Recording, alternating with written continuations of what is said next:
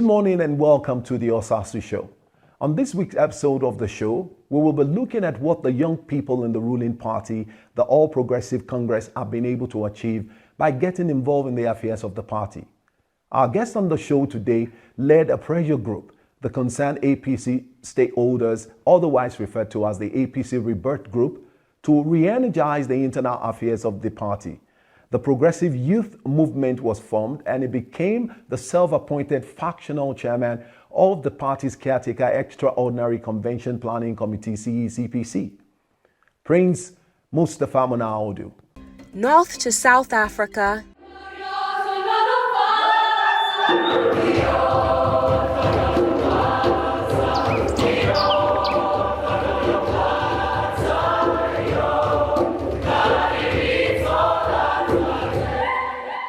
East to West Africa,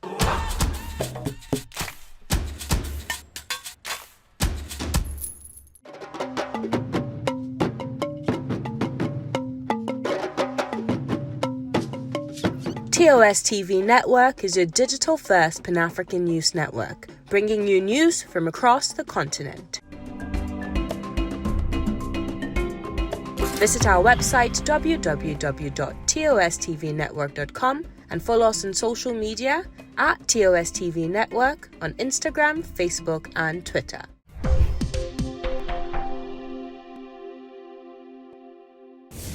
All right, welcome back. You're still on the Osasu Show, and this week's episode promised to be very interesting. I have a gentleman in the studio with me. We'll be talking to him on what is going on, the goings-on in the APC. But on a very soft note, I want us to just welcome Prince Mustafa Monaudu to the studio. Thank you very much. It's a pleasure being here. I mean, good to have you on set today. And now, to be very sincere with you, I think for quite a while, I've been interested in really talking to you. I just want to really know how you took the fact that APC didn't give you a ticket against Governor Yahaya Bello in 2019. First of all, I want to say once again, Happy New Year to all Nigerians. I want to say I'm proud of the Osasu Show. It's good to see young people growing in their chosen field. This is a fantastic studio. I think one of the best in Nigeria that I've seen, and I've been going to studios. And it's good to see that it's, spearheaded by young people that are motivated, This is, again, what we're advocating for. This is why I ran in 2019 for the governorship. And unfortunately, the party didn't give it to me. For obvious reasons, it's maybe easier for a sitting governor or for whatever reasons. But the avenue in which things are done in the party is what we're trying to improve. There's nothing wrong with the party deeming another candidate more fit for a position. But there are ways to transmit that message. There are ways to bring people along, to carry people along, to make sure that party members feel as if, they're part of the party. Okay. Unfortunately, this hasn't been the case in APC. So we see that there's a lot of, issues. People are, unhappy with the situation. So you hear a lot of things going on. But we're trying to bring that together. So in 2019, when we were disqualified for frivolous reasons, at first we weren't happy with the decision. We had an opportunity to voice our frustration to His Excellency George Akume, who they had put in charge of reconciliation. He reached out to His Excellency Malam Nasir El-Rufai. So together we both had a long discussion on what the issues are and what should go on. As for me, I felt that, okay, if you are going to disqualify somebody, then there are better ways to do it than what was done. But moving forward, what we would want is, I wanted to contribute at least my quota to the system. So if you give me the opportunity to contribute something, then I would be happy with the result.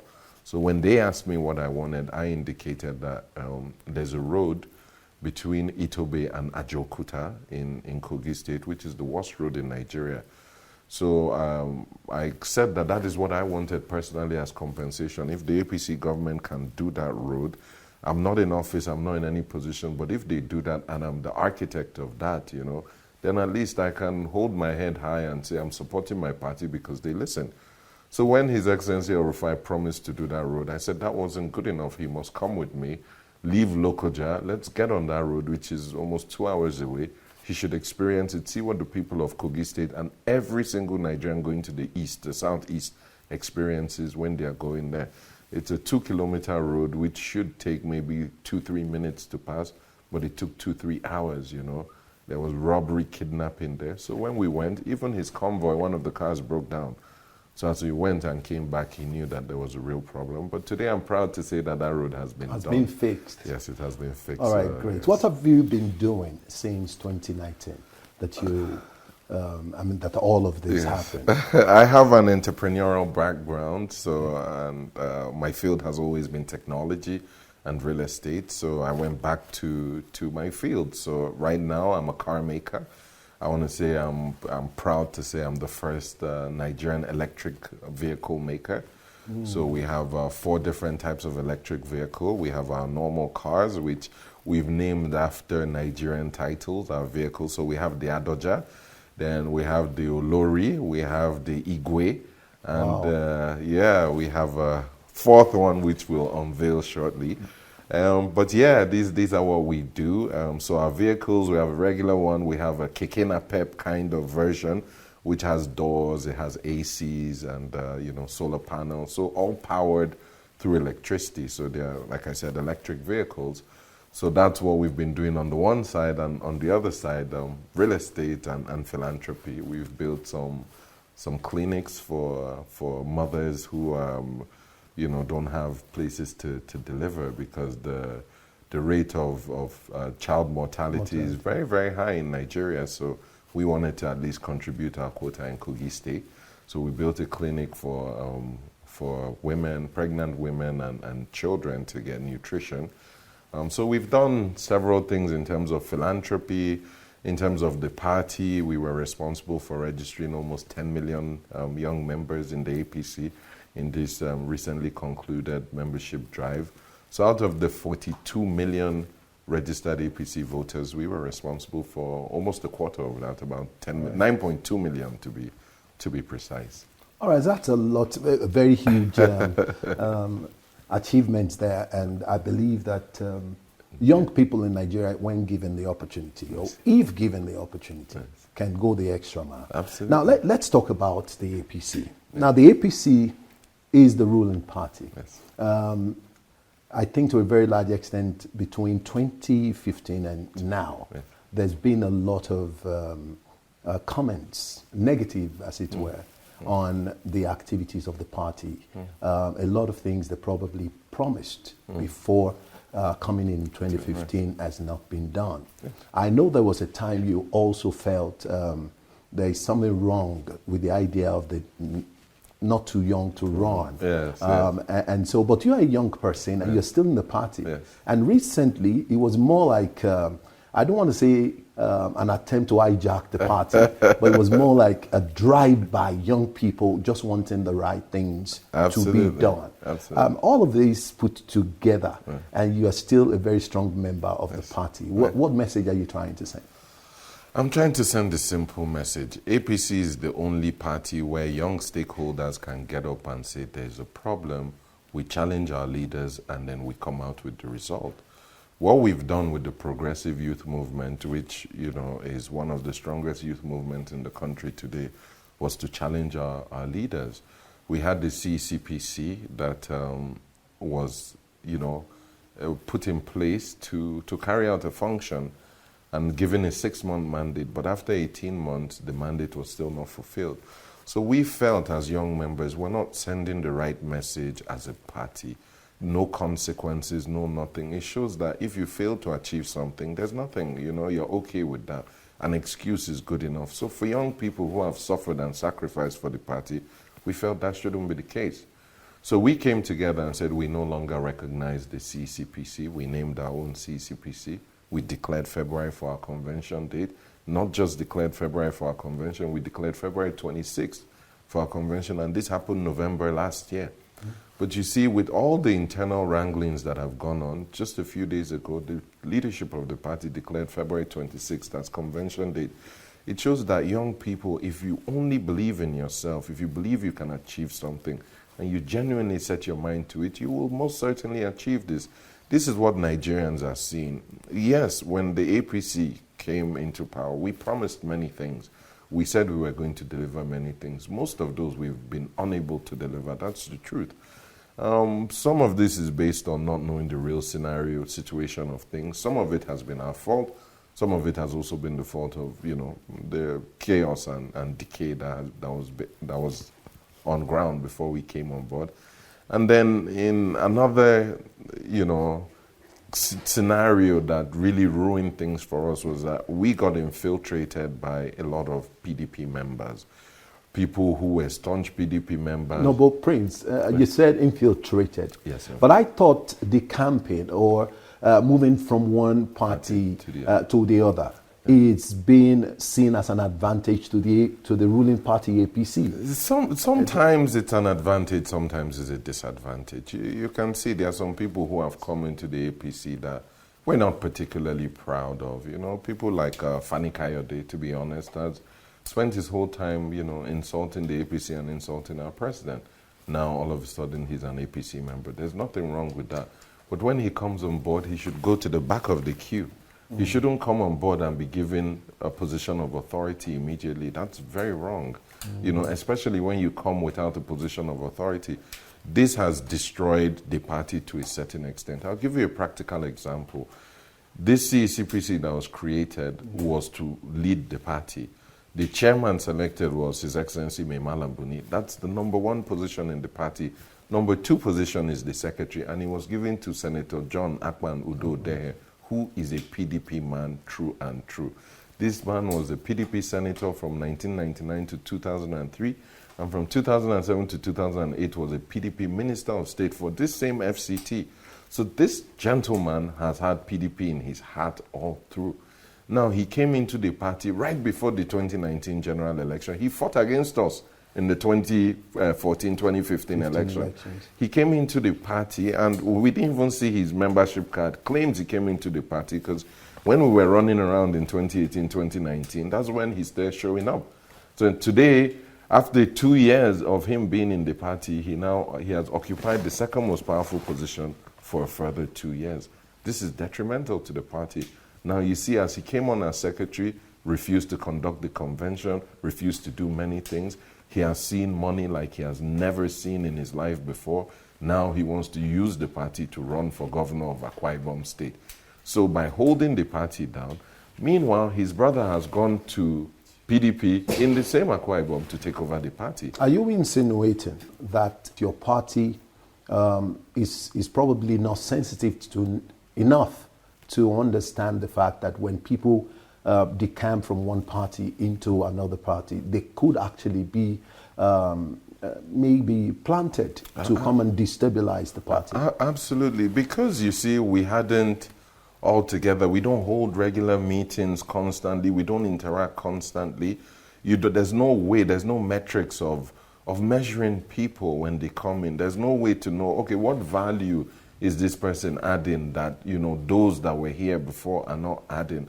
And there's nothing wrong. Politics is a game of numbers. So even if there's no direct value, there's indirect value. There's so many ways you can use people in politics. But also there's a level of assessment you should give to people. There's a reward system that should be in place to show that you value and treasure party members, especially young people. Usually when you hear young people being restive and restless, you see that a huge number of them come together. Then you find a small number in there that opposes them. So you see, you have a small number in the APC that are currently benefiting from the problems in the party. But majority of people, young and old, who have contributed to the party have not seen a better reward system, that should be currently replacing what is on ground. But just like you said, most politicians today are either APC or PDP, one and the same. It's like having two cars. One is your weekend car, one is your weekday car. Yeah, that's how our politicians operate. But as young people, we don't want to do that. We don't want, to be like what we're complaining about. I don't want to be that. I've been in opposition my entire life. This is the first time we've come into a ruling party. So why wouldn't I want the ruling party to do what's right so that we continue to come back again and again and again? Okay, Prince, come back again and again and again. What are the chances of APC winning the elections in 2023? I think the way we're going, our chances are improving. If you see the quality of the presidential aspirants, we have the best quality of presidential aspirants. If you see the quality of the chairmanship aspirants coming out today, very fine men with fine quality. But the problem is that can we be a cohesive unit? The problem is can we address the issues that have bedeviled us and held us down? If we can surmount these things, then APC will win landslide victory. I will give my all to the party. I will work hard to make sure at the very least Kogi State, as far as APC is concerned, is delivered. Yes, so that is my number one goal. But before I can tell the electorate, come and vote for me, I must be presenting something that is adding value to their life. I'm a Nigerian. I love my country. I love my state. You know, I want to be proud once again of my country publicly. You know, I'll give you a small example.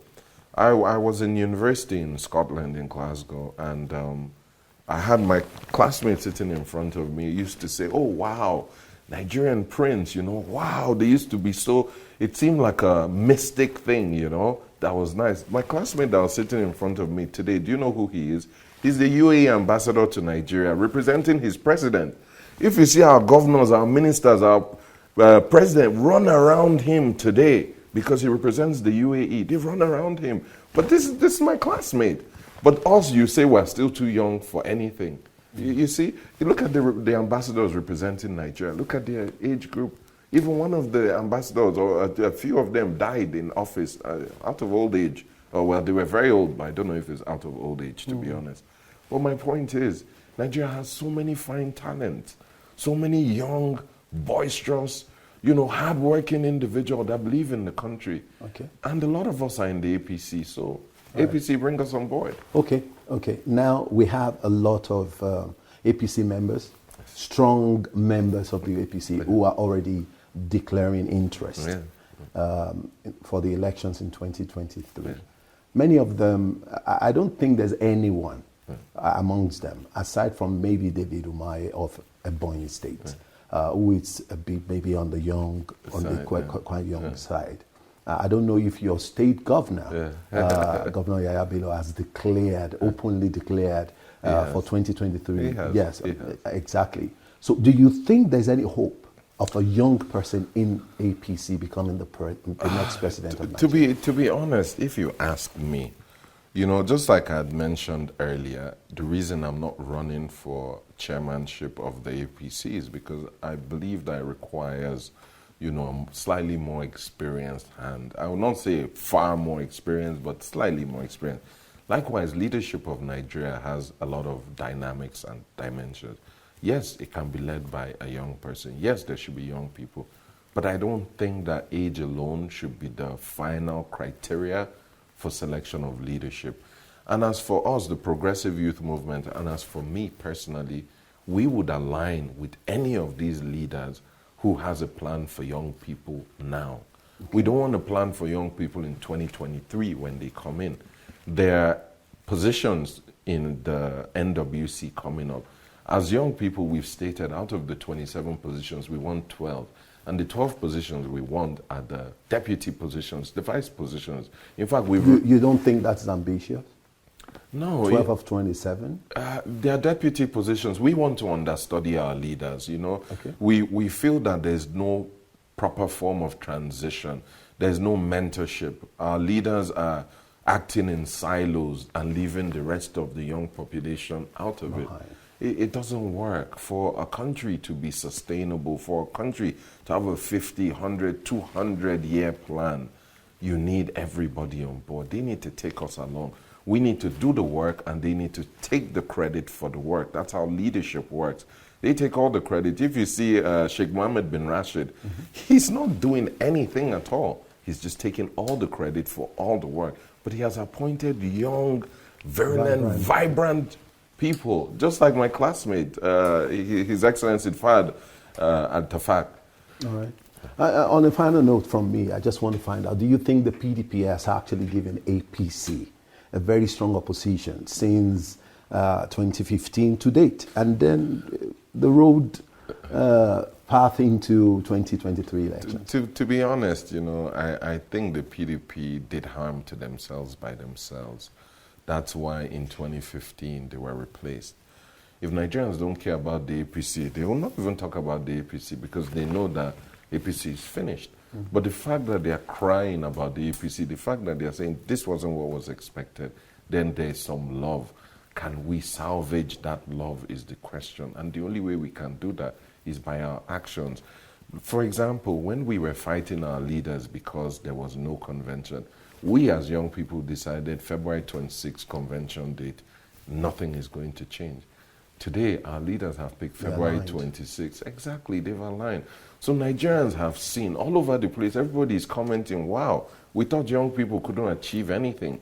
Now we can see that if you actually challenge your leaders, there will be a form of alignment somewhere up ahead. You just have to do it on the right footing and in the right way. All right. Thank you very much, Prince Mustapha Muna Haudu. So you see APC come back in 2023? Absolutely, and beyond. With newer faces. And the critical thing is that you see newer young faces.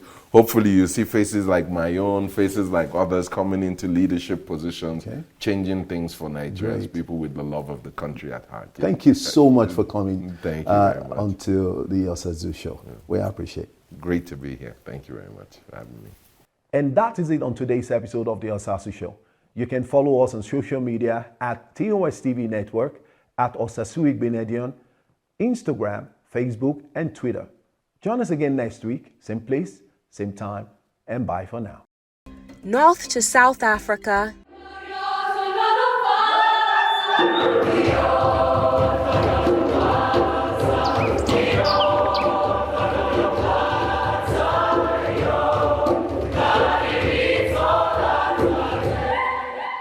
East to West Africa,